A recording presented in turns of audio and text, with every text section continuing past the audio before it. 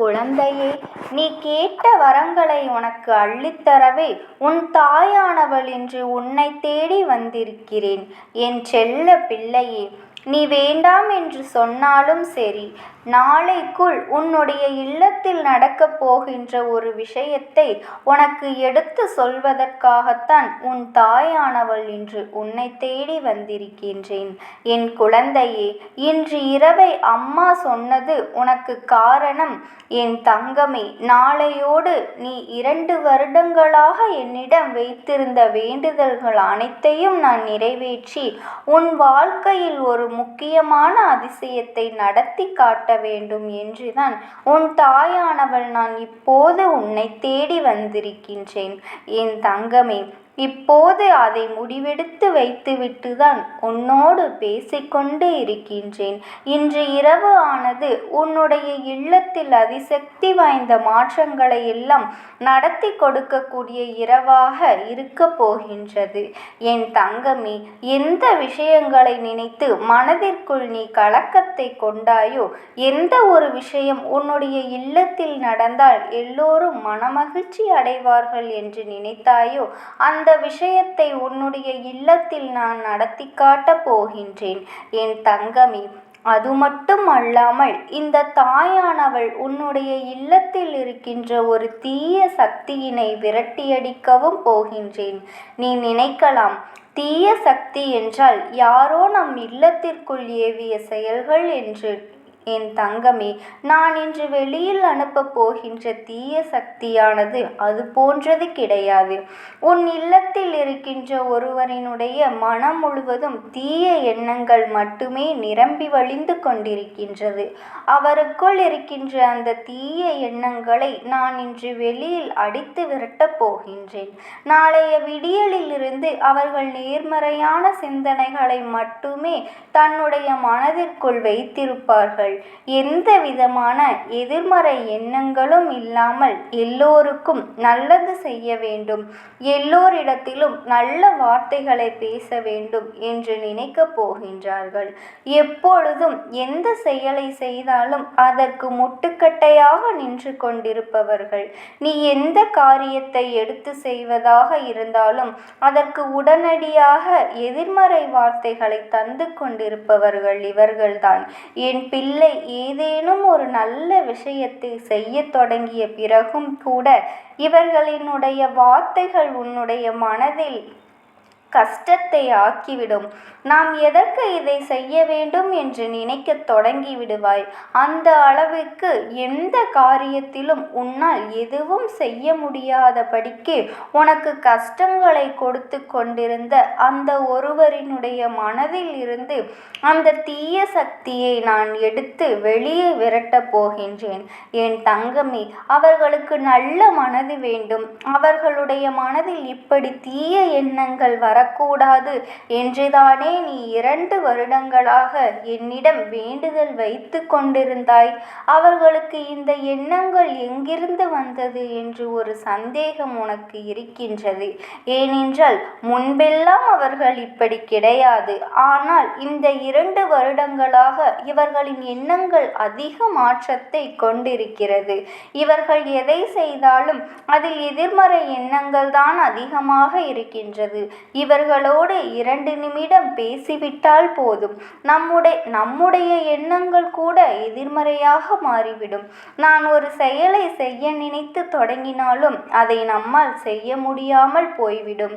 என் தங்கமே, நம்மால் செய்ய முடிக்கும் என்று நினைக்கின்ற காரியத்தை கூட செய்து முடிக்காதபடிக்கு நம்முடைய எண்ணங்களை மாற்றி விடுவார்கள்.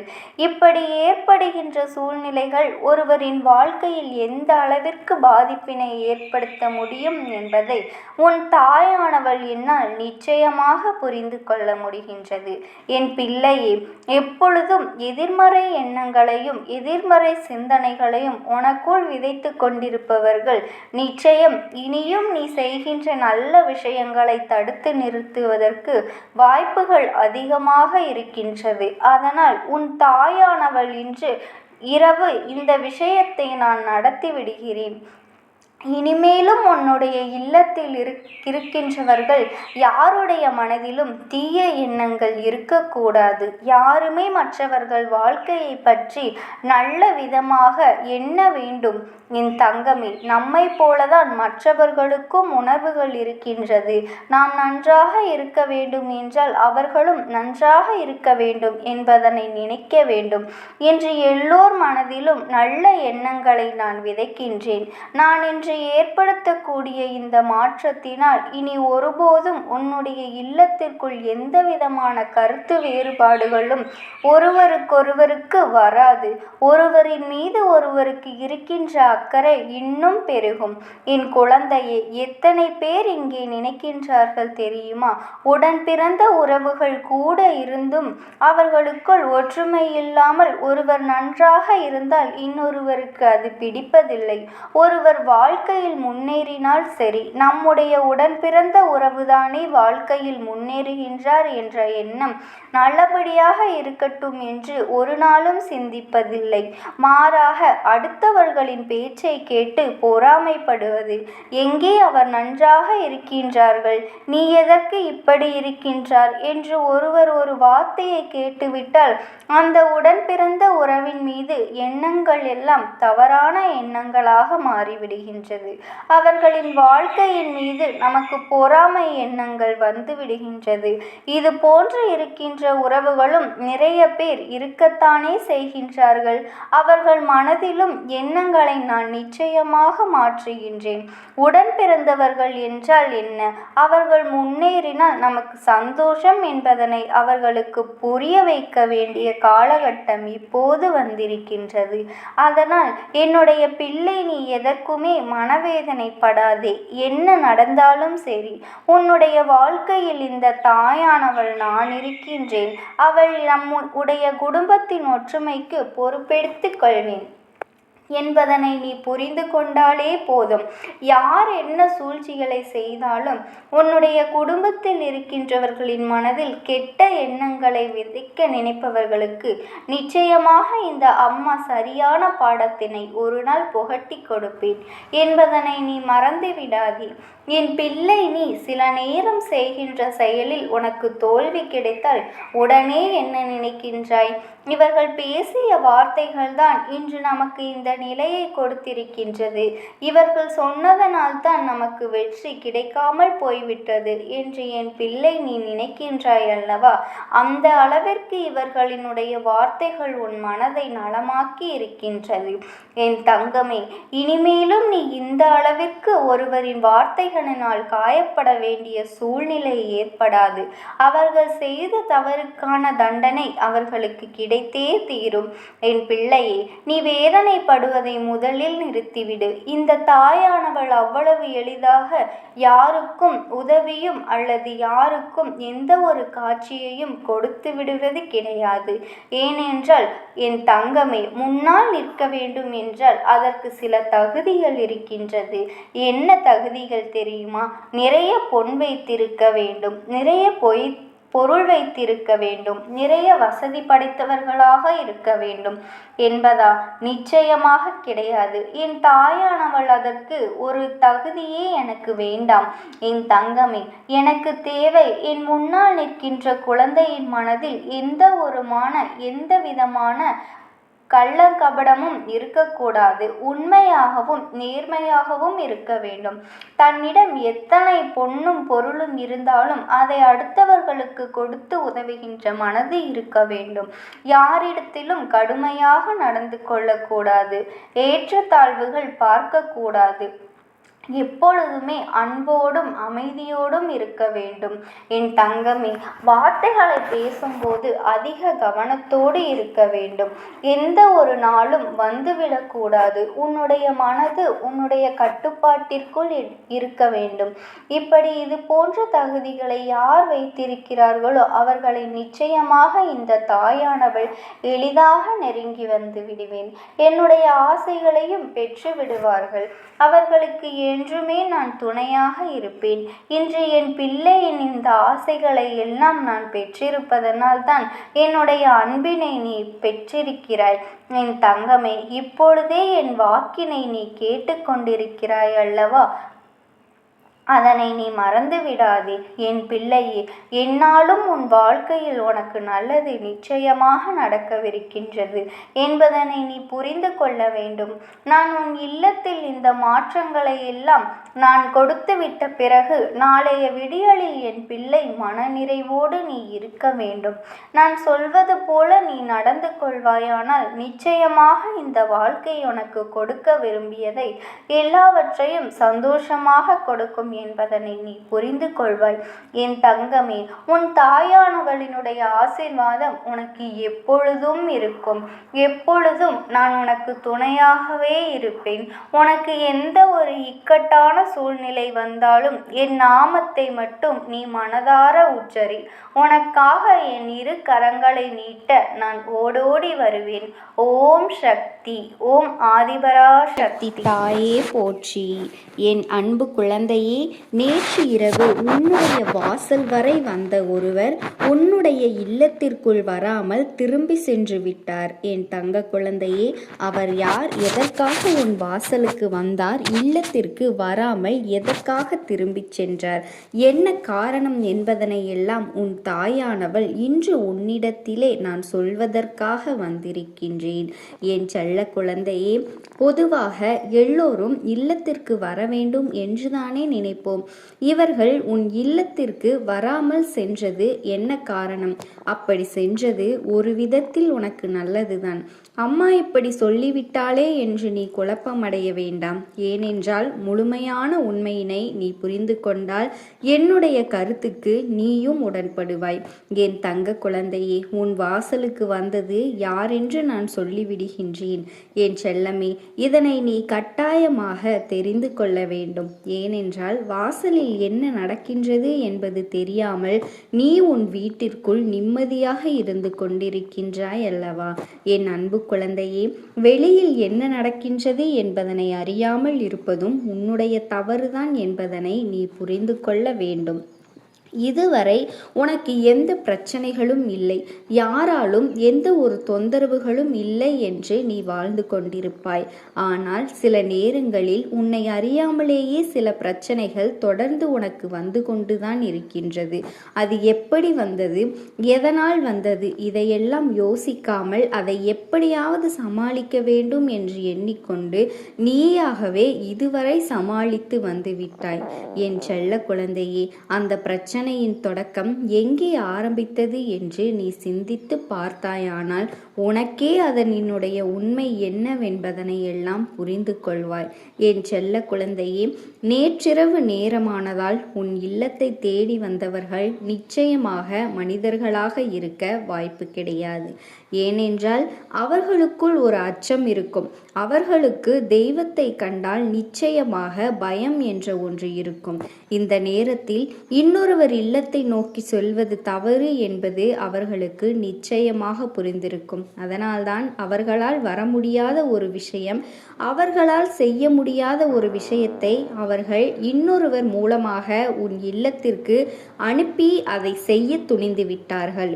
என் தங்க குழந்தையே, அப்படியானால் இப்பொழுது உனக்கு ஓரளவு புரிந்து விட்டதா? உன் இல்லத்தை நோக்கி வந்தது செய்வினை கொண்ட ஒரு தீய சக்தி என்று. என் செல்ல குழந்தையே, உனக்கு எதிரிகளாக இருக்கக்கூடிய சிலர் உன்னுடைய வளர்ச்சியையும் உன்னுடைய குடும்பத்தையும் பார்த்து பொறாமைப்படக்கூடிய ஒருவர்தான் இந்த விஷயத்தினை செய்திருக்கின்றார்கள். அவர்கள் அனுப்பிய அந்த தீய சக்தி தான் நேற்றிரவு உன்னுடைய இல்லத்திற்குள் நோக்கி வந்தது என்பதனை நீ மறந்து விடாதே.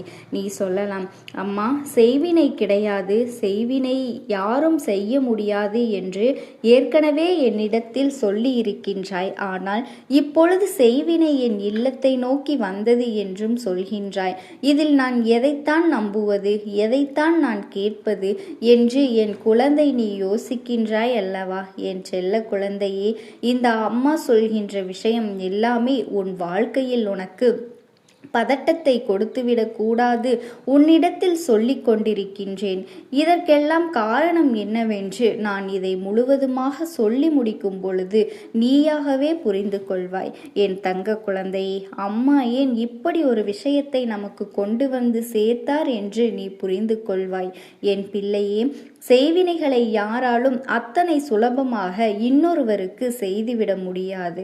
அதையும் மீறி ஒருவர் இன்னொருவருக்கு செய்வினைகளை செய்கின்றார்கள் என்றால் நிச்சயமாக அவரினுடைய நடவடிக்கைகள் சற்று மோசமானதாகத்தான் இருக்க வேண்டும். பல தீய மனிதர்களின் சவகாசமும் இருக்க வேண்டும். இது போன்று செய்வினை செய்வதனை மட்டுமே தன்னுடைய தொழிலாக கொண்டிருப்பவர்களை இவர்கள் கைக்குள் வைத்து கொண்டிருக்க வேண்டும். அதனால்தான் எல்லாவற்றையும் மீறி இவர்கள் இது போன்ற ஒரு விஷயத்தினை துணிந்து செய்து விட்டார்கள்.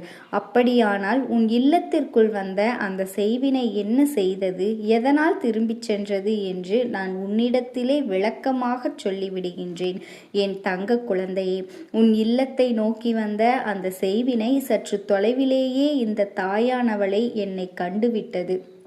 அது மட்டுமல்ல, உன் இல்லத்தின் வாசலில் எனக்கு துணையாக நிற்கின்ற உன்னுடைய குலதெய்வம், உன்னுடைய இஷ்ட தெய்வத்தையும் கண்டுவிட்டது. உங்கள் இருவரையும் கண்டவுடன் அந்த தீய சக்திக்கு சற்று உடல் நடுக்கம் எடுத்து விட்டது. என் குழந்தையே, நான் அந்த தீய சக்தியை கண்டவுடன் இங்கே வா என்று அழைத்தாலும் திரும்பி பார்க்காமல் கூட ஓட்டம் எடுத்து விட்டது.